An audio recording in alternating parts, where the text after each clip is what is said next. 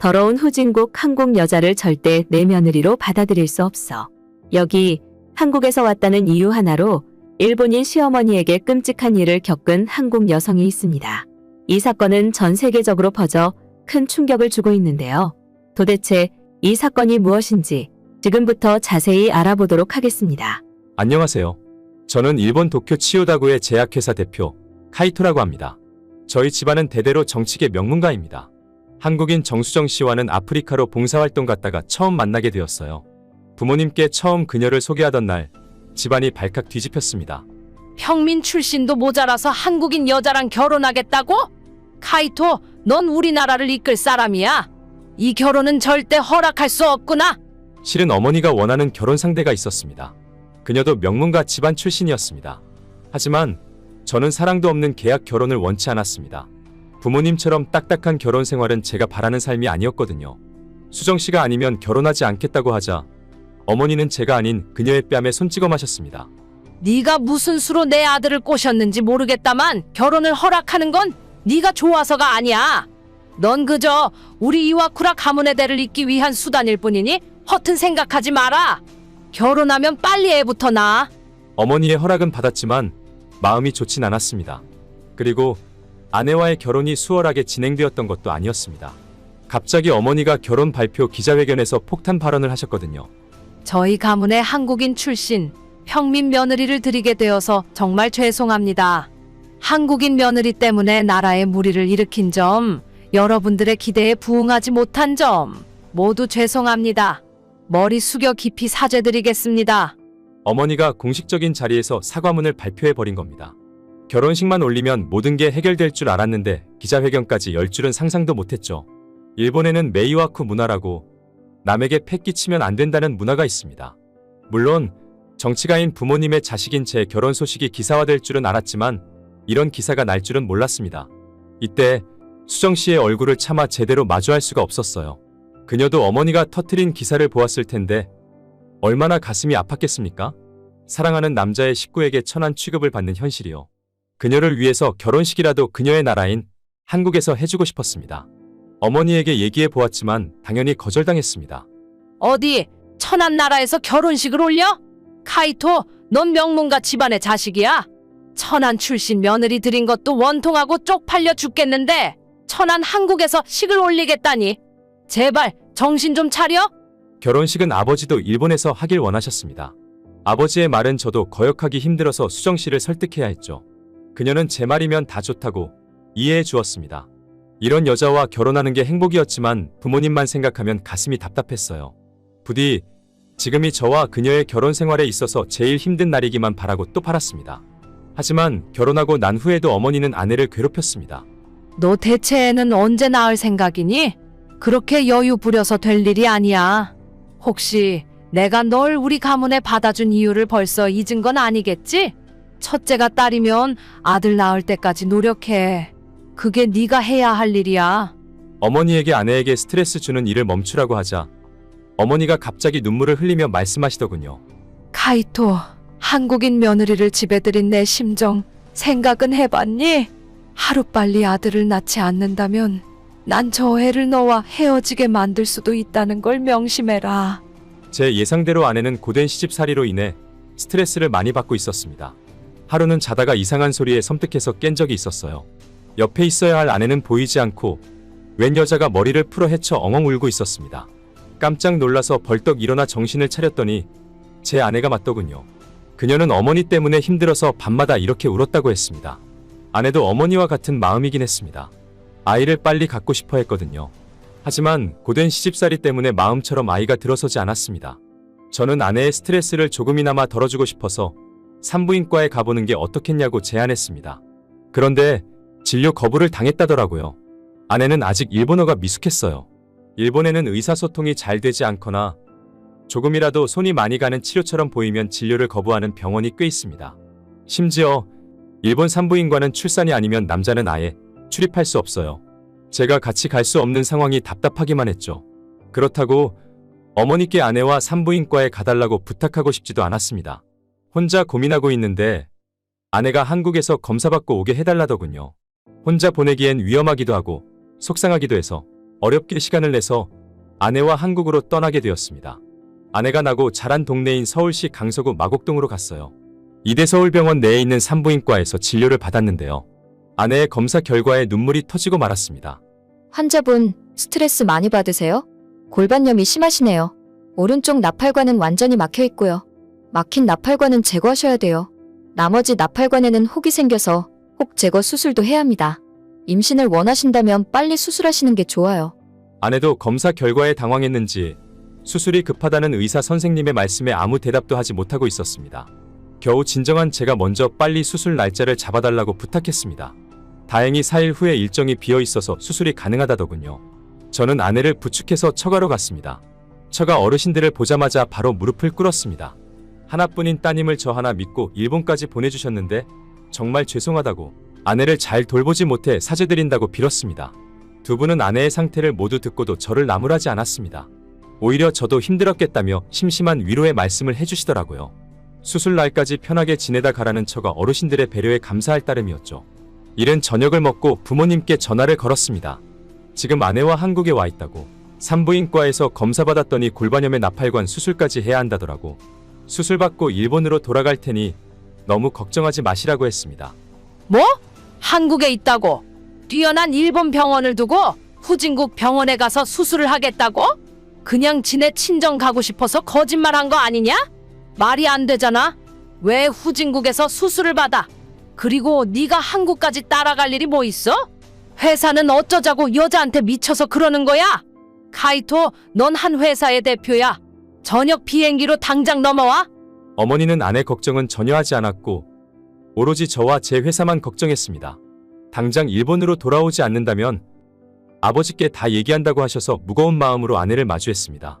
어머니와 통화한 내용을 모두 전달하지 않고 회사 때문에 일찍 가봐야 한다고만 했어요. 아내는 흔쾌히 저에게 돌아가라고 했습니다. 수술 끝나면 바로 돌아갈게. 먼저 가서 당신 자리 지켜.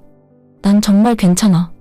아내의 말에 참았던 눈물이 터지고 저는 그녀를 끌어안고 한참을 울었습니다. 장인어른과 장모님도 되레 저와 회사를 걱정해 주시면서 얼른 가보라고 등 떠밀어 주셨습니다. 감사해서 몸둘 바를 모르겠더군요. 그렇게 저는 일본으로 돌아와 회사로 복귀해야 했습니다. 늦은 시각 어머니께서 회사로 오셨습니다. 도쿠가와 집안딸이랑 자리 마련해뒀으니 내일 시간 비워도. 중요한 자리니까 절대 신뢰되는 행동을 해선 안 된다. 한국인을 어떻게 사람들 앞에 내세우겠어. 집안 격 떨어지게. 한국에서 홀로 수술을 기다리는 아내는 관심도 없어 보였습니다. 어머니, 전 수정 씨를 두고 그 자리에 나갈 수 없어요. 더 이상 이런 자리를 만들지도 제게 알리지도 마세요. 더 격 떨어지는 일 보기 싫으시면 여기서 그만두셔야 할 겁니다.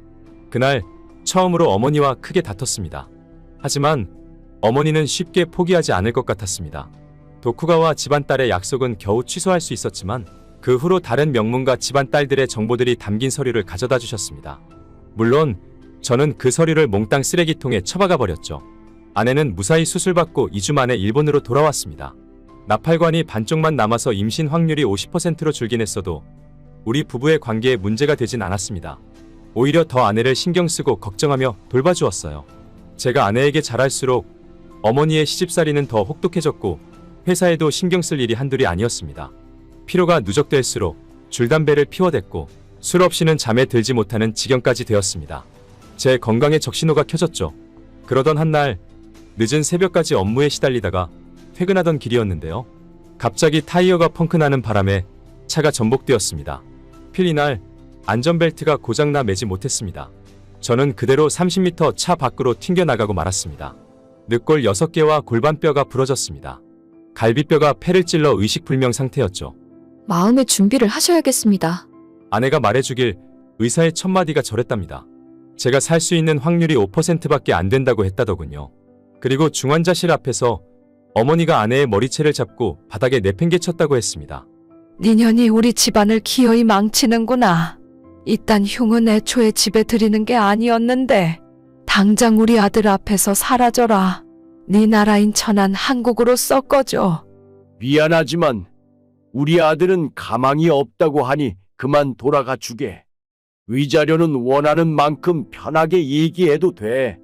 자식이 없길 그나마 다행인 줄 생각하고 앞으로는 다시 만날 일 없었으면 하네. 아버지마저 아내에게 저와 이혼하고 떠나라 했다고 했습니다. 아내는 제 부모님께 무릎까지 꿇으면서 제가 깨어나는 것만 보고 가게 해달라며 빌고 빌었다더군요. 어머니는 아내의 손을 짓밟으며 자리를 피했고 아버지도 아무 대답 없이 아내를 내버려 두고 가버렸다고 했습니다. 아내는 밤새 제 곁을 지키면서 제가 하루라도 빨리 깨어나길 바라는 마음으로 기도했다고 했죠. 제가 중환자실에 있은 지 일주일이 지났을 때 병원에 큰 소란이 일었습니다. 한 한국인 의사가 아내에게 와서 저를 수술할 담당 의사라며 보호자 동의를 받으러 왔다더라고요. 아내는 의아했다고 했습니다. 분명 일본인 의사는 제가 수술받아도 95%의 확률로 사망한다고 했었는데 한국인 의사는 제가 살 수 있다고 했다는 겁니다. 아내는 저를 살릴 수 있다면 뭐든 해보자는 마음에 동의서에 서명했다더군요. 뭐? 니년이 진짜 미쳤구나. 한국인 의사에게 수술을 받겠다고 동의서에 서명을 했다고? 우리한테 허락도 안 받고 내 아들을 정말 빨리 저 세상으로 보낼 작정이구나. 나는 절대 동의 못한다. 그 수술 절대 못해. 부모님의 반대에도 불구하고 저는 한국인 의사에게 장장 14시간에 걸친 수술을 받게 되었습니다. 그 의사는 목이 아닌 양옆구리에 구멍을 내서 호스를 연결해 수술했다고 했습니다. 목에 구멍을 냈다면 자칫 목소리를 잃을 수도 있었는데 그 의사 덕에 그런 위험은 덜 수 있었죠. 수술받고 무려 4일 만에 의식이 돌아왔고 아내는 정신을 차린 절 보며 한없이 오열했습니다. 부모님에게 아내가 소식을 전해주었는지 병실로 바로 오셨더라고요. 어머니는 물론이고 아버지까지 눈물을 흘리는 모습에 저까지 눈물샘이 터지고 말았습니다. 한동안 병실에는 울음소리만 가득했죠. 아내는 집에도 가지 않고 좁은 병실 간이 침대에서 생활하며 6개월간 제 간병을 해주었습니다. 어머니는 언제부턴가 아내가 제 곁에 있는 게 신경이 덜 쓰였는지 아무 말씀도 하지 않으셨습니다. 그리고 제가 퇴원하는 날 두 분은 집으로 오셔서 저와 아내 앞에서 갑자기 무릎을 꿇으셨어요. 너희에게 못난 모습을 보여 미안하구나. 특히 수정이 널 며느리로 받아들이지 못하고 힘들게 해서 내가 미안하다. 네 덕분에 우리 아들이 살 수 있었어. 넌 우리 아들 생명의 은인이야. 정말 미안하고 고맙다. 정말 고마워. 우리를 용서해 줄 수 있겠니? 한국인이라고 무시하고 가볍게 여겼던 우리 죄를 만회할 기회를 주었으면 좋겠구나. 아버님, 어머님, 저는 두 분을 한 번도 미워한 적이 없어요. 남편이 깨어났으니 저는 그걸로 충분해요. 그러니 그만 일어나세요. 아내의 말에 두 분은 눈물을 흘리시며 아내에게 처음으로 며느리라고 불러주었습니다. 저도 아내에게 감사 인사를 전했고 제 사고로 인해 저희는 완전한 가족이 되었습니다. 저는 제 수술을 담당했던 한국인 의사를 다시 찾아뵈었어요. 그에게도 진심으로 다시 살 수 있게 해줘서 감사하다고 했습니다. 의사는 사람을 살리는 직업입니다. 그리고 제 수술 실력도 실력이지만 환자분이 살고자 하는 의지가 커서 깨어날 수 있었던 거죠. 제 수술은 환자분이 깨어나도록 문을 여는 장치였을 뿐입니다. 그 의사는 진정한 의사 정신을 지닌 사람이었습니다. 이런 의사를 만난 것도 전부 제 운이라고 생각해도 되겠지요? 이처럼 세상에는 과학적으로 설명할 수 없는 일이 많습니다. 죽을 고비를 넘기고 2년이 지난 지금 아내와 저는 딸을 낳았습니다. 그것도 자연 임신으로요. 아들만 바라던 어머니가 딸을 싫어할까 걱정했는데 눈에서 사랑이 넘치시더라고요. 아버지도 누구보다 며느리와 손녀를 사랑하는 할아버지가 다 되었습니다. 그리고 부모님이 먼저 아내의 나라인 한국에 가보자고 제안해서 놀랐어요. 아내가 무척이나 좋아했습니다. 다 함께 한국에 가서 결혼식 이후 처음으로 양가 어르신들이 만나게 되었어요. 어머니는 장모님의 손을 꼭 맞잡고 말씀하셨습니다. 그간 제가 우리 며느리를 하대했던 거 사과할게요. 앞으로는 잘 보살필 테니 걱정하지 마세요. 그리고 내가 진짜 하고 싶은 말이 있는데 그건 내가 한국 떠나는 날 할게요. 처가댁 어른들은 저희 어머님 손을 꼭 잡고 웃으셨습니다. 그 후 저희 부모님은 처가 어르신들과 함께 서울 곳곳을 돌아다니며 한국 문화도 새롭게 배우게 되었습니다. 경기도 수원이 한국의 조선시대를 대표하는 역사적인 장소라고 해서 가보았는데요. 광명실록으로 꼽히는 화성행궁과 화옥문 등 다양한 관광 명소들이 있었습니다. 화성의 돌담은 낭만적인 이야기를 만나볼 수 있는 곳으로 역사와 전통이 고스란히 느껴졌습니다. 제 부모님은 역사 관광지에 도착할 때마다 주위를 자꾸 두리번거렸는데요. 저도 따라서 주변을 둘러보고 그 이유를 알았습니다. 한국인 어린 학생들이 굉장히 많이 보이더라고요. 한국 학교에서는 한국의 역사를 제대로 알려주기 위해 현장 체험을 자주 한다고 했습니다. 또 각 시의 청소년재단에서 초등학생과 중학생을 대상으로 하는 청소년 역사 탐방 참가자를 모집하기도 한다더군요. 제 부모님은 한국의 교육 방식에 놀라워하시면서 이런 교육 방식은 전 세계적으로 배워야 할 점이라셨습니다.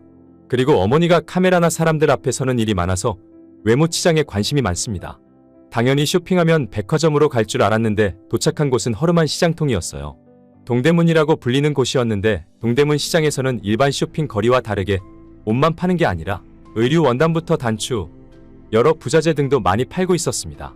어머니는 장모님과 함께 구석구석 구경하시면서 백화점 못지않은 크기와 옷가지 수에 감탄을 금치 못하셨습니다. 신발, 가방, 액세서리는 물론이고 스포츠 브랜드와 정장까지 없는 게 없는 수준이었어요. 저 또한 이런 쇼핑 거리는 처음이라 놀랍고 신기했습니다. 제 부모님은 다른 나라에서도 겪을 수 있는 백화점이 아닌 한국 전통 문화가 가득 담긴 쇼핑 거리를 소개해준 처가 어르신들에게 깊은 감사를 표했습니다. 두 분은 한국에서 구매한 옷과 화장품, 자개함까지 양손 가득 쥐고서는 행복하게 일본으로 돌아갔습니다. 돌아가시는 날, 처가 어르신들께 어머님이 말씀하시더군요. 제가 꼭 하고 싶었던 마지막 말을 할게요. 저는 사실 한국이 정말 후진국인 줄 알고 많이 무시했어요. 그런데 그게 아니라는 걸 이 나이 되고서야 알았어요. 정말 부끄러운 일이지요. 이걸 알게 해준 며느리에게 정말 고맙습니다. 여기 더 끔찍한 일들을 저지른 일본인들이 있습니다. 결국 한국에까지 찾아가 상상도 못할 행동을 저질렀는데요. 이들에겐 또 무슨 일이 있었는지 자세하게 알아보도록 하겠습니다. 안녕하세요. 제 이름은 코아쿠이고 일본 교토의 작지만 매력 넘치는 레스토랑을 운영하고 있습니다. 제 나이는 64살, 사랑하는 남편과 함께 늦둥이로 얻은 보물 같은 아들 사토루와 함께 살고 있죠. 하지만 여기까지 오기까지의 여정은 마치 영화의 한 장면처럼 드라마틱했습니다. 저희 부부에게 사토루는 단순한 아들이 아닙니다. 그는 저희에게 행운을 가져다 준 기적 같은 존재예요. 사토루를 얻기 전까지 저는 제 삶이 행복하다고 느낀 적이 없습니다. 남편과 함께 겪은 9번의 시험관 시술은 저희에게 매번 시련과 같았어요. 그리고 마침내 기적이 일어났죠. 사토루가 우리 곁으로 왔습니다. 나이가 많은 부모에게 그는 마치 젊음의 샘물과도 같았습니다. 우리는 사토루에게 가능한 모든 것을 해주려 노력했고 그가 우리와 함께하는 순간순간이 최대한 행복할 수 있도록 노력했습니다. 하지만 이야기는 여기서 끝나지 않습니다. 우리 레스토랑은 어느 날 갑자기 유명해지기 시작했고 그 이유는 바로 사토루 때문이었습니다. 사토루는 특별한 요리 재능을 가지고 있었고 그의 손길이 닿은 요리는 누구도 거부할 수 없는 매력을 발산했습니다. 이제 우리 레스토랑은 사토루의 마법 같은 요리로 인해 사람들로 붐비는 곳이 되었죠. 물론 저희는 사토루를 고생시키고 싶지 않아서 하루에 단 하나의 요리만 허락했습니다. 사람들은 하루에 단 한 그릇만 나오는 사토루의 음식을 먹기 위해 줄을 서기도 했습니다. 저희 부부는 덕분에 제법 많은 부를 얻었습니다. 훌륭한 단독주택까지 얻게 된 중상층 부류라고 할 수 있었죠. 저희 레스토랑은 교토다운 운치를 느낄 수 있는 시조아 나미코지 거리에 위치한 가포 요리점입니다. 차분한 다실풍 인테리어의 식당에서 교토의 사계절을 만끽할 수 있는 추천 코스를 즐길 수 있어 관광객들도 많이 찾고 있는 곳입니다. 사토루는 한 번도 부모의 속을 썩인 적이 없었습니다. 그런 사토루를 보면서 저희 부부는 하늘에서 천사를 내려줬다고 생각하며 사토루에게 더 아낌없이 지원했죠. 착한 사토루 때문에 우리 부부는 새로운 인생을 사는 것과 같은 하루를 보냈어요. 그러나 그렇게 착했던 사토루가 난생 처음으로 부모를 나몰라라 하는 사건이 생겨나 버렸습니다. 학창 시절에도 말썽 한 번 안 부리던 사토루는 그간 부릴 수 있었던 말썽을 참았다가 한 번에 폭발시키려는 것처럼 한순간에 다른 사람이 되어버리고 말았습니다. 저희 레스토랑에서 함께 부지런히 일하던 녀석이 어느 날 다짜고짜 폭탄 발언을 남겼는데요. 나 한국에 가서 살 거야. 뭐라고? 지금 한국이라고 했니? 응. 한국 여자랑 결혼해서 한국으로 이주해서 살 거야. 왜 하필 한국이야? 한국은 비루한 곳이잖아. 귀한 아들을 그런 후진국 여자랑 결혼시키고 싶지 않아. 너는 낳아주고 키워준 부모에 대한 도리도 없어? 사토루와 처음으로 말씨름을 벌였던 순간이었습니다. 그럼에도 사토루는 무언가에 단단히 홀린 사람 마냥 뒤도 돌아보지 않고 한국으로 냉큼 떠나버렸습니다. 어떻게 사랑하고 애틋한 가족을 두고서 그렇게 쉽게 단념하고 떠날 수가 있는지 너무 속상했어요. 그렇다고 사토루가 뜻깊은 꿈이나 이유가 있어서 일본을 떠난 것도 아니었습니다. 일이 이렇게까지 되어버린 이유는 잘못 사귄 한국인 여자 때문이었거든요. 원망스럽게도 살기 좋은 일본을 두고서 한국인 여자친구와 결혼해 한국에 가서 살겠다고 하더라고요. 물론 아들이 결혼하는 것까진 저희에게도 기쁜 소식입니다. 하지만 그건 온전히 일본에서 평범한 가정을 꾸리고 사는 삶을 얘기하는 겁니다. 한국과 인연을 맺는 일은 마른 하늘의 날벼락과 같은 소식이었죠. 주거지를 한국으로 정한다면 분명 고생하고 살 거예요. 그런 생각만 해도 내 자식이 아까워서 온몸이 떨릴 지경이었습니다. 이 일을 통보받기 며칠 전만 해도 사토루가 홍기가 꽉 차도록 한 번도 여자친구를 소개한 적이 없었습니다. 처음엔 웬일로 여자친구를 소개해주나 싶었는데 소개하는 이유가 여자친구와 결혼까지 생각하고 있어서라니. 아들은 여자친구를 예비 며느리로서 우리 부부에게 인사시켜줄 거라고 했습니다. 처음 사토루가 결혼 이야기를 꺼냈을 땐 상대가 한국인인 줄 몰랐기 때문에 아들의 깜짝 선언이 놀라우면서도 반가웠어요. 내심 저희 집안의 며느리 될 사람이 어떤 사람일지 궁금하기도 했습니다. 다가오는 주말에 맞춰 사토루가 여자친구를 데려오겠다고 했을 때 저 역시 시어머니로 잘 보이고 싶었어요. 약속한 시간이 되었을 때 우리 부부는 들뜬 마음으로 집을 정리하였습니다. 어떤 요리로 며느리를 대접할지 행복한 고민을 하며 요리를 준비했죠. 그리고 대망의 며느리를 첫 대면하는 날 초인종이 울렸을 때 심장이 빠르게 뛰었습니다. 앞으로 펼쳐질 새로운 인생은 또 어떤 행복을 보여줄지 기대되었거든요. 초인종이 3번 정도 울렸을 때쯤 저는 설레는 마음으로 현관문을 열었습니다. 그런데 사토로는 없고 웬 젊은 동양인 여자 한 사람이 서 있었어요. 혹시 이 사람이 우리 아들의 여자친구인가 싶었습니다. 제가 아무 말도 못하고 어색하게 서 있자 그녀가 곧밝은 미소를 보이며 먼저 인사해왔어요.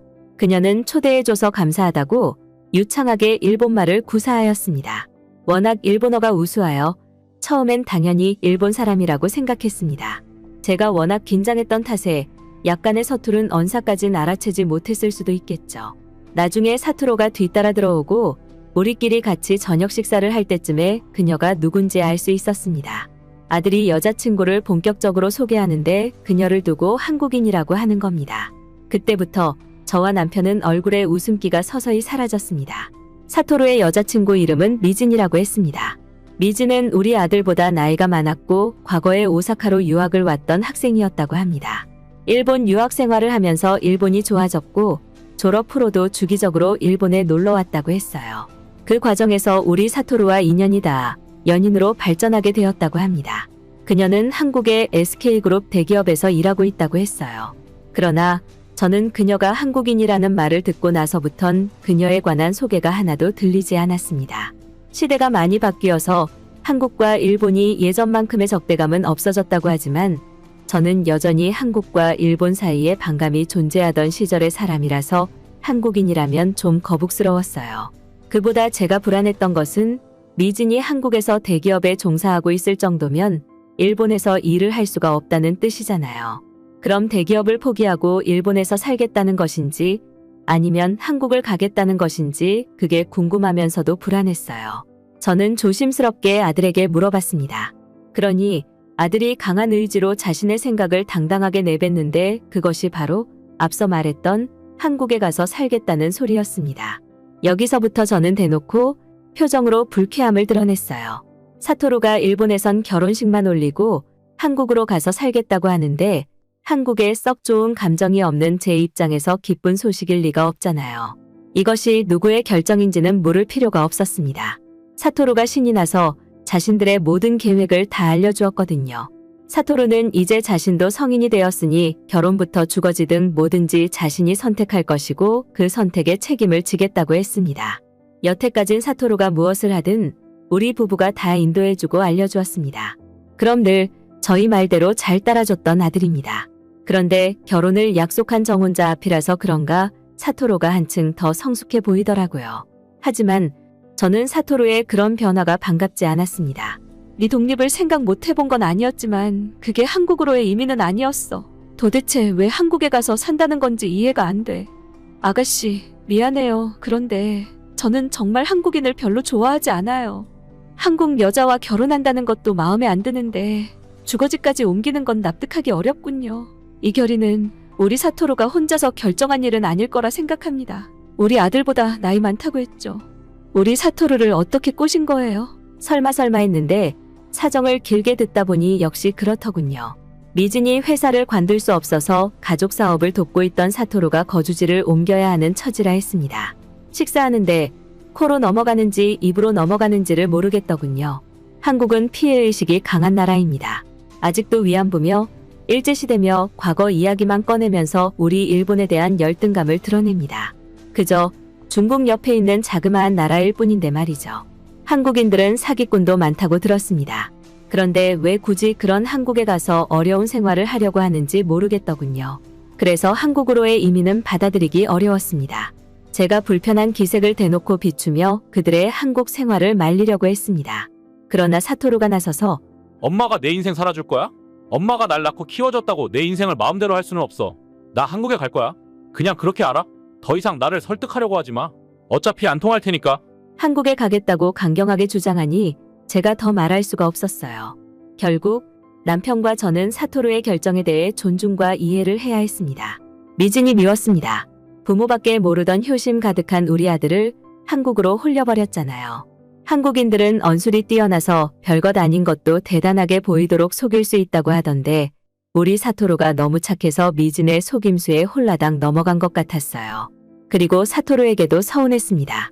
부모가 얼마나 애지중지 키웠는지는 안중에도 없고 일방적으로 통보하듯이 해외 이주를 얘기하고 있었으니까요. 물론 미진에게 사주를 받고 미진의 마리오네트가 되어버린 거겠지만요. 어쨌든 애지중지 키운 아들이 스스로 한국에 간다고 한 후로 저는 며칠간 그 비통함을 버릴 수가 없었습니다. 사토루를 불러다가 엄마는 너랑 멀리서 살고 싶지 않아. 그리고 우리 고객들이 얼마나 네 음식을 좋아하는데 네가 가면 우리 가게 망하고 엄마 병들면 어떻게 하려고 그래. 제발 다시 한 번만 생각해줘. 이렇게 다시 생각해보길 부탁하기도 했어요. 그러나 주장을 굽히지 않는 사토루의 태도에 저는 말씨름하다가 끝내 포기하고 말았습니다. 차라리 이혼하더라도 아들이 직접 최악인 한국을 느끼고 후회하는 게 나을 것 같았어요. 그럼 알아서 일본으로 돌아올 것이라 생각했습니다. 사토루를 워낙 애지중지 키웠기 때문에 이러한 생각도 사토루를 수렁에 빠뜨리는 것 같아서 힘들었습니다. 그래도 사토루가 그 많고 많은 일본 여자 대신 한국 여자를 선택한 이유가 있는 거라 믿으려고 했어요. 사토루는 공부도 잘하는 똑똑한 아들이었거든요. 또 제가 갖고 있는 한국 이미지 때문에 아들과 심각한 갈등에 빠지고 싶진 않았습니다. 저는 사토루와의 원만한 관계 유지를 위해서라도 한 발 물러나 주어야 했습니다. 그렇게 며칠 동안에는 미진과 사토루가 우리 집에 종종 들러서 같이 식사했고 주말에는 나들이도 몇 번 갔었습니다. 그러나 저희 못마땅한 표정은 제 의지와는 달리 갈수록 심해졌으면 심해졌지 결코 괜찮아지질 않더군요. 남편이 저를 밤마다 다독이며 그냥 사토루를 믿어보자고 했습니다. 저의 목숨과도 같은 아들인데 저라고 사토루를 불신하고 싶었겠어요. 자식 하나를 갖기 위해 무려 10년을 고생했습니다. 사토루가 저희 부부에게 와준 후로 사토루를 위해 더 넓은 주택으로 이사가며 오로지 아들의 편의만을 위한 삶을 살았습니다. 그런데 겨우 3년 사귀었다던 한국인 여자친구 때문에 우리 사토루가 앞으로 사기꾼들이 득실득실한 한국에서 평생 고생만 하게 생겼으니 엄마로서 마음이 편할 리가 없지 않습니까? 그러나 미진과 있을 때 너무 행복해 보이는 사토루에게 더는 제 마음을 전할 수 없었습니다. 그렇게 시간은 흘렀고 사토루와 미진은 일본에서 결혼식 후에 한국으로 떠났습니다. 사토루가 실제 한국으로 가버리니 상상했던 것보다 더 우울했어요. 그런 제 모습이 안쓰러웠는지 남편이 결국 사토루에게 전화를 했습니다. 그 후로 사토루는 미진과 함께 분기마다 한 번씩 일본을 찾아왔어요. 그래도 미진이 대기업에서 일하는지라 일본에 분기마다 올 수 있을 정도는 살고 있구나 싶어 다행이라 생각했습니다. 일본의 경우 비행기값 때문에 해외여행은 꿈도 못 꾸는 서민들이 제법 있거든요. 비행기 값을 해마다 고정적으로 2번 낼 수 있는 수준이라면 후진국 한국에서 먹고 살아가는 데는 크게 걱정은 없겠다고 여겼습니다. 그렇게라도 저는 사토루의 처지를 이해해 주려고 했어요. 하지만 사토루가 결혼한 지 3년 정도가 지났을 때 저는 또 다시 근심 걱정으로 시름시름 알아야 했습니다. 어느 날 사토루한테서 전화가 왔는데요. 이사를 가게 되었다고 하더라고요. 여기까지만 들었을 땐 별다른 생각이 없었습니다. 그러나 그 뒤를 잇는 말에 저는 충격받고 말았어요. 아파트? 지금 아파트로 이사 간다고 했어? 아파트라는 곳은 집값도 많이 떨어지고 열악한 곳 아니야? 일본에서는 대부분 돈 없는 서민들이나 아파트에 들어가 살아요. 돈을 좀 벌면 다들 단독주택을 알아보고 이사를 하죠. 많이 벌면 우리 부부처럼 주택에 수영장이 딸려 있고 주차장도 있는 곳을 매매합니다. 그래서 사토루를 낳고 난 후 더 큰 주택을 알아보고 이사 갔던 겁니다. 사토루가 가난 때문에 역경을 맞는 일은 최대한 없도록 만들며 살았죠. 그런데 사토루가 결혼하고 나서 열악한 아파트로 이사 간다고 하니 뒷골이 당겼습니다. 너네 잘 사는 줄 알았는데 아니었구나. 나중에 아이 낳아서 키울 때 아파트 산다고 놀림받는 꼴 보고 싶어서 그래. 아파트는 단독주택에 살 여유가 없는 사람들만 가는 곳이잖아. 왜 임대 아파트를 자처해서 가려는 거야? 사토루는 심각한 제 마음도 모르고 그저 웃으면서 대답했습니다. 엄마, 그런 거 아니야. 돈 많이 모았어. 엄마가 뭔가 오해하는 것 같아. 아파트는 맞는데 엄마가 생각하는 그런 허름한 아파트는 아니야. 한국 사람들은 많은 사람들이 아파트에서 살고 싶어해. 거짓말도 좀 적당히 해. 한국에 가더니 한국인들한테 거짓말만 옮겨붙었구나. 엄마 정말 속상하다. 아파트가 다 거기서 거기지 좋아봤자 얼마나 좋겠어요. 사토루가 제 마음 편하라고 거짓말을 하는 것 같아서 속이 문드러지는 기분이었습니다. 일본에서 살았으면 제가 가진 이 부유한 혜택을 아들 부부와 나눠서 가질 수 있었을 텐데 굳이 한국으로 간다고 고집부린 아들 때문에 내버려뒀더니 결국 제가 생각한 최악의 상황이 닥치고 말았습니다. 잘 먹고 잘 사는 것까진 안 바래도 가난하게만 살지 않기를 바랐습니다. 그런데 얼마나 못 살고 있으면 결혼 초 때보다 더 열악한 곳으로 이사갈 수가 있을까요? 부모로서 억장이 무너질 수밖에 없었어요. 사기를 당해서 돈을 잃은 게 분명했어요. 후진국에서 아파트 관리를 하면 얼마나 하겠습니까? 우리 경제 선진국인 일본도 아파트 가치는 별로입니다. 그러니 한국 아파트는 안 봐도 뻔하겠죠. 제겐 평생 하나뿐인 아들인데 행복하기만 바랐던 아들의 삶이 점차 한국인들로 인해 불행해지는 것 같아서 마음이 안 좋았습니다. 우리 사토루는 벌레를 무서워하는데 그런 낡은 아파트에 살면서 벌레로 인해 공포에 떨고 있을 생각을 하니까 눈물까지 났죠. 이렇게까지 되어버린 이상 엄마로서 저는 더 이상 견딜 수가 없었습니다. 차라리 아들이 한국으로 간다고 했을 때 좀 더 강하게 말릴 걸 아들의 의견을 존중한답시고 아들이 수렁에 빠지는 걸 방관한 것 같아서 후회되었어요. 부유하게 살 수 있는 우리 아들을 며느리로 인해 망친 것 같아서 며느리가 원망스러워졌습니다. 다 늙어서 다시 한국을 이렇게 미워하게 될 줄은 몰랐네요. 사토루가 한국 여자랑 결혼하지 않았으면 적어도 지금 제가 사는 큰 저택에서 매너 있고 양심 있는 일본인들과 어울려 행복하게 살았을 것입니다. 저는 이러한 생각을 거듭할수록 마음이 더 무거워졌어요. 저는 이사했다는 사토루에게 다시 연락을 넣어 그 아파트의 주소를 알려달라고 하였습니다. 생각해보니 사토루가 한국으로 이사한 지 3년이 되었는데 어떻게 살고 있는지 한 번도 눈으로 본 적이 없었어요. 항상 사토루와 며느리가 일본에 와주었거든요. 제가 빨리 알았더라면 사토루가 이렇게 방치될 일도 없었을 겁니다. 저는 사토루를 다시 일본으로 데려오고 싶었습니다. 며느리가 함께 따라오겠다고 하면 다행이지만 끝까지 한국에서 살기를 고집한다면 저는 며느리를 버릴 각오까지 했어요. 사토루의 인생을 위해 이혼시켜야만 아들이 고생길에서 벗어나게 될 테니까요. 제가 사토루를 위해 할 수 있는 일은 하루라도 빨리 사토루를 일본으로 데려오는 것이었습니다. 한국으로 가는 비행기 안에서 제 마음은 무거웠습니다. 사토루가 한국에서 정말 행복해지길 바랐지만 역시나 한국 생활은 최악이라는 제 생각이 들어맞았잖아요. 사토루도 이쯤에선 생각이 바뀌었을지도 모를 일입니다. 아마 3년 동안 한국이라는 후진국에서 그런 개고생을 했으니 이제는 제가 일본 가자고 하면 잠자코 따라 나설 것이라 생각했어요. 결혼을 하든 안 하든 살아가는데 돈이 가장 중요하지 않습니까? 돈은 행복의 기준이 되기도 한다는 말 괜히 있는 것이 아닙니다. 그렇게 저는 사토루가 알려줬던 주소로 한 아파트를 찾아갔습니다. 사실 불시에 찾아간 것은 아니었어요. 며느리에게는 한국에 들어가겠다고 미리 말해놨어요. 어머니, 무슨 일이세요? 너네가 산다는 그곳이 얼마나 끔찍한 곳인지 내 눈으로 꼭 봐야겠어. 네? 어머니, 그런 곳 아니에요. 오시면 어머니도 좋아하실 거예요. 사기꾼의 나라 자손답게 참으로 뻔뻔하구나.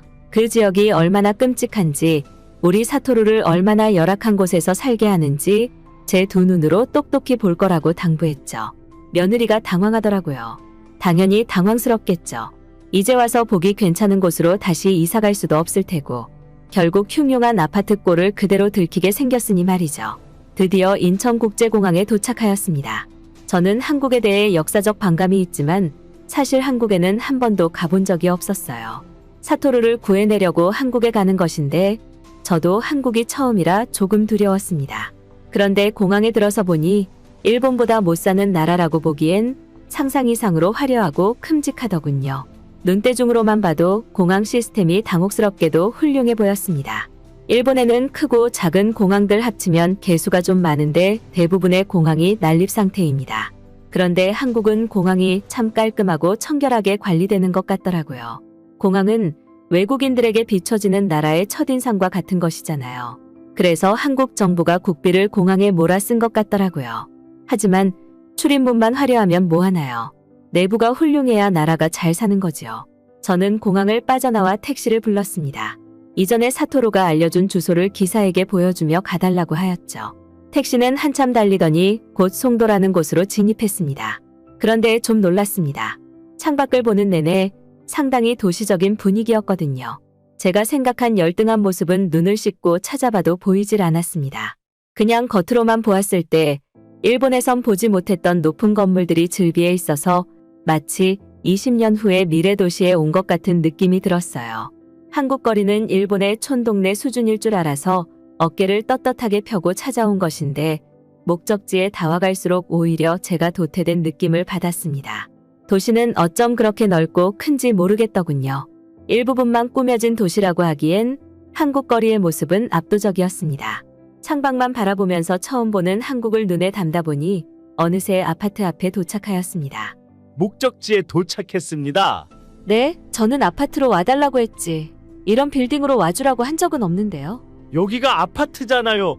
이게 아파트라고요? 저는 기함하고 말았어요. 여태 택시 타고 오면서 봤던 높은 건물이 제 눈앞에도 놓여 있었거든요. 한참 올려다봐야만 아파트가 겨우 눈에 담길 정도였습니다. 심지어 이렇게 높은 아파트가 이곳에만 있는 것도 아니었어요.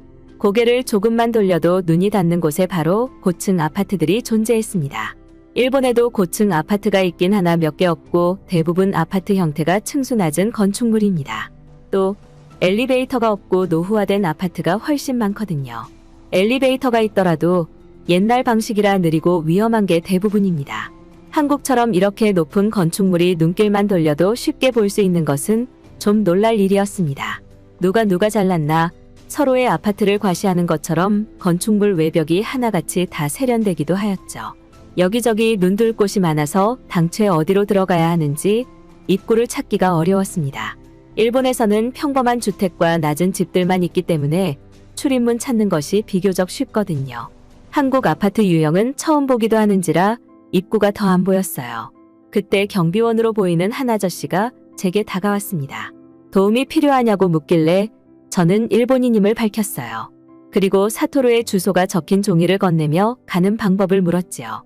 경비원 아저씨는 번역기를 돌려 알아듣더니 곧 따라오라고 하였습니다. 경비실에서 웬 인터폰으로 어디에 연락을 넣더라고요. 알고 보니 경비실에서 각 집 호수까지 직통으로 연결할 수 있는 소통망이 있었던 겁니다. 대저택도 아니고 어떻게 아파트에서 이런 훌륭한 시스템이 갖춰져 있는지 신기했어요. 저는 그렇게 아들 부부 호수를 찾아가지 않고도 연락할 수가 있었습니다. 얼마 안 가 아들 부부가 저를 마중 나왔어요. 사토루 얼굴을 보니 긴장되었던 마음이 사르르 풀리더라고요. 저는 아들을 보자마자 그리웠던 마음에 눈물을 터뜨렸습니다. 그리고 아들의 몰골을 살폈어요. 그런데 오랜만에 보는 사토루의 얼굴은 일본에서 지낼 때보다 훨씬 깔끔했고 좋아 보였습니다. 한국 아파트를 처음 보고 놀랐던 이유가 고급스러워서였는데 아들에게서도 귀티가 잘잘 흐르더라고요. 제가 미치게 걱정한 것이 무색했을 지경입니다. 곁에는 며느리도 함께였습니다. 초대가 아닌 제가 일방적으로 사토루를 찾아온 것이었는데도 며느리는 불편해하는 기색이 없었어요. 저를 진심으로 반기면서 맞이해 주었죠. 저는 혹시 모를 마지막 의심을 안고 있었기 때문에 아직까진 사토루를 풍족한 일본으로 데려갈 마음을 접지 않고 있었습니다. 어떻게 해서든 한국의 부족한 점을 찾아서 사토루를 일본에 데려갈 생각이었습니다. 그런 마음으로 아들 부부를 따라 엘리베이터로 향했습니다. 그런데 저는 또 눈동자를 이리저리 굴리면서 놀란 심장을 감싸 안았습니다. 엘리베이터서부터 집 현관까지 도달하는데 외벽이며 복도며 인테리어며 흠잡을 데 없이 너무 고급스럽더라고요. 아파트 안이 이렇게까지 호텔 같은 건 처음 보았습니다. 아니, 호텔보다 더 깔끔하고 훌륭하다고 해도 과언이 아니었어요. 집 안에 들어가고 나서는 저는 그만 탄식하고 말았습니다. 어디에도 가난한 서민의 모습은 없었어요. 거실 바닥은 발바닥이 시리지 않는 마루로 되어 있었고 벽지는 따뜻한 아이보리 색감으로 때 묻지 않게 깔끔히 관리되어 있었습니다. 특히나 거실 창문을 보고는 아주 놀랐는데요. 일본에서 본 도시뷰와는 차원이 다른 절경이더라고요. 마치 일본 효고현에 위치한 히메지시에 있는 히메지성에 오른 느낌이었습니다. 관광 삼아 히메지성에 놀러 갔었는데 그곳의 기분을 한국에서 어렴풋이 떠올릴 줄은 몰랐습니다. 해가 어두워지고 나서는 집안 분위기가 또 다르게 바뀌더군요. 창밖절경은 해가 지고 난 후에 훨씬 아름다웠습니다. 고층 아파트 단지들과 각각의 높낮이 건축물들이 빛을 내니 나가사키 등불 축제가 부럽지 않은 야경이었습니다. 문득 일본의 아파트 단지 분위기가 머릿속에 떠올랐는데 일본과 비교하기도 민망할 만큼 한국의 아파트의 분위기는 대단하더군요. 그리고 또 하나 제가 가장 놀랐던 점이 있습니다. 올려다보니 어떤 장치가 있어서 사토루에게 물어봤거든요. 시스템 에어컨이라고 하는 겁니다. 그 에어컨은 외출 시 원격으로 온도 조절이 가능하다고 합니다. 뿐만 아니라 집 내부의 공기에 따라 자동으로 공기 정화와 습도까지도 조절한다고 하네요. 일본에도 시스템 에어컨은 있지만 수준이 미흡합니다. 일본에서는 에어컨을 사용하는 사람이 적고 에어컨이 있어도 잘 틀지 않습니다. 일본은 전기세가 비교적 비싼 편이에요. 이런 폭발적인 전기요금 때문에 남의 집 전기를 훔쳐 쓰는 사건도 발생하는 곳이 일본입니다.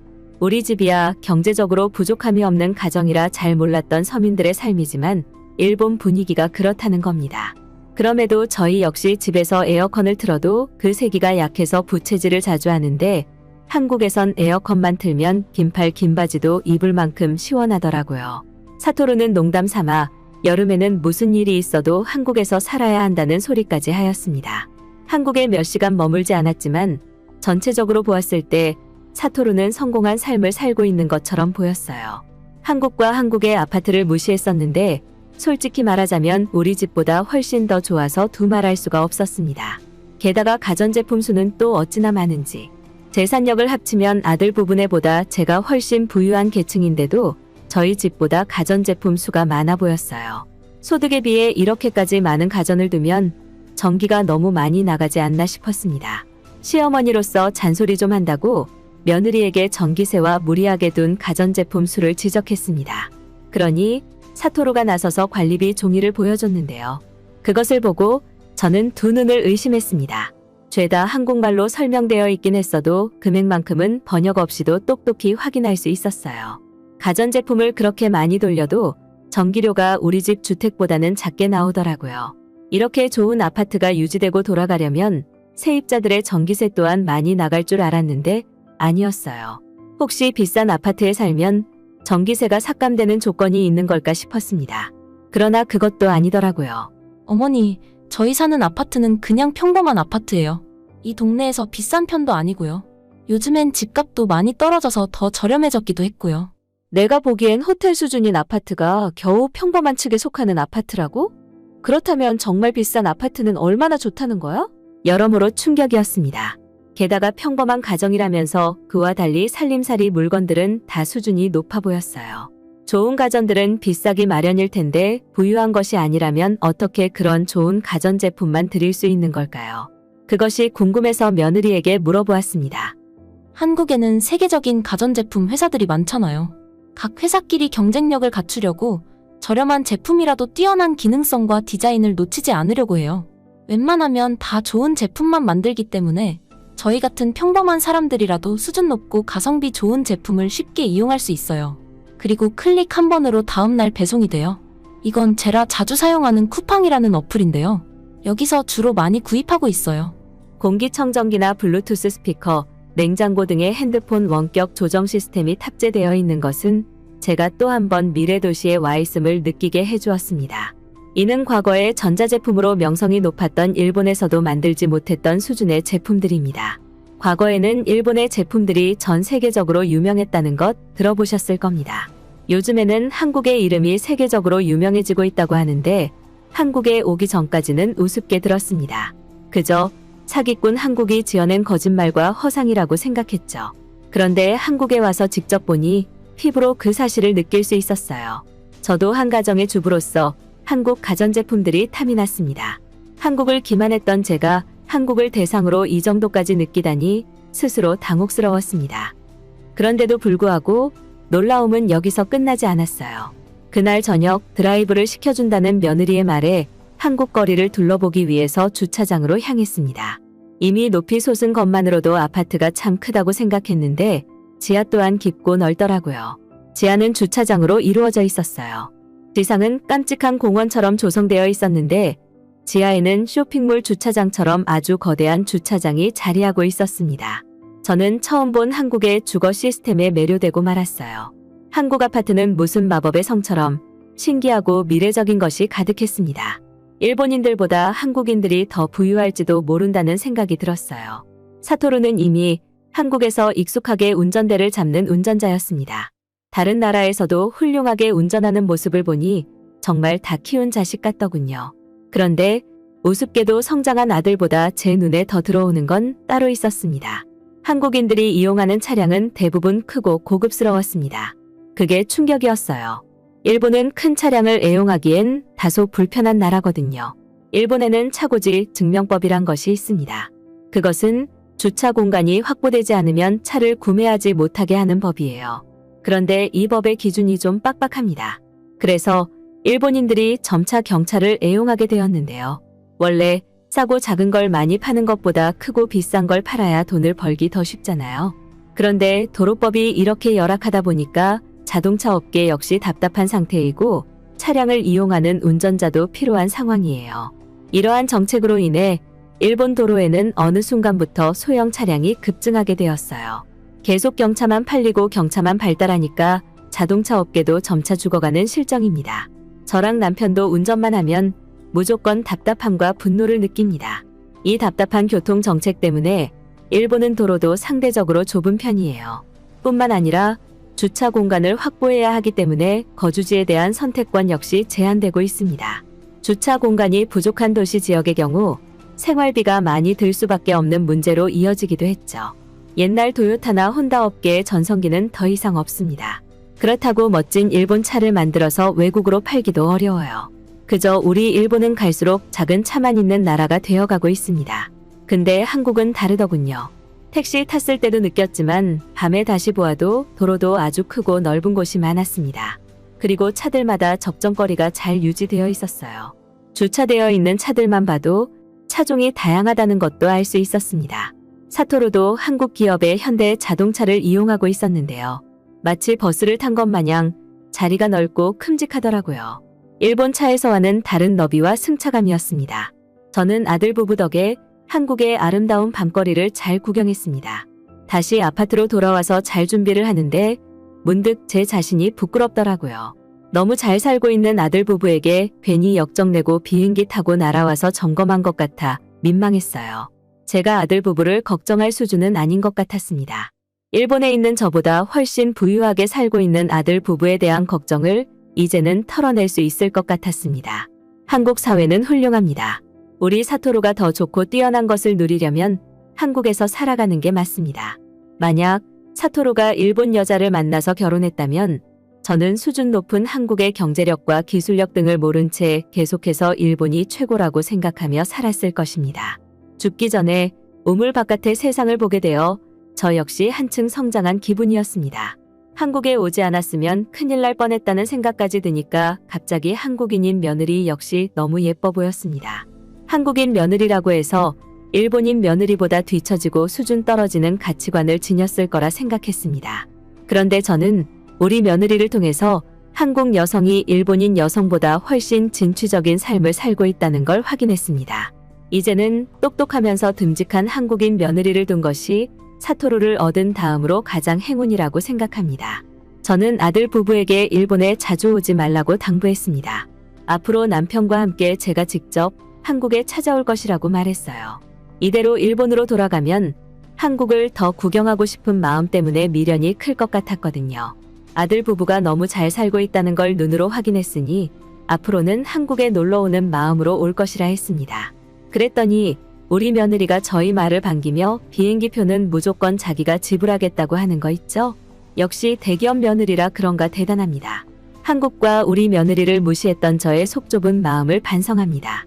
이제는 근심 걱정할 필요가 없으니 저도 아들 부부도 모두 행복할 일만 남은 것 같아요. 60여 년 만에 저는 한국에 대한 반감을 모두 씻어버렸습니다. 앞으로는 항상 한국을 사랑하는 마음으로 방문하겠습니다.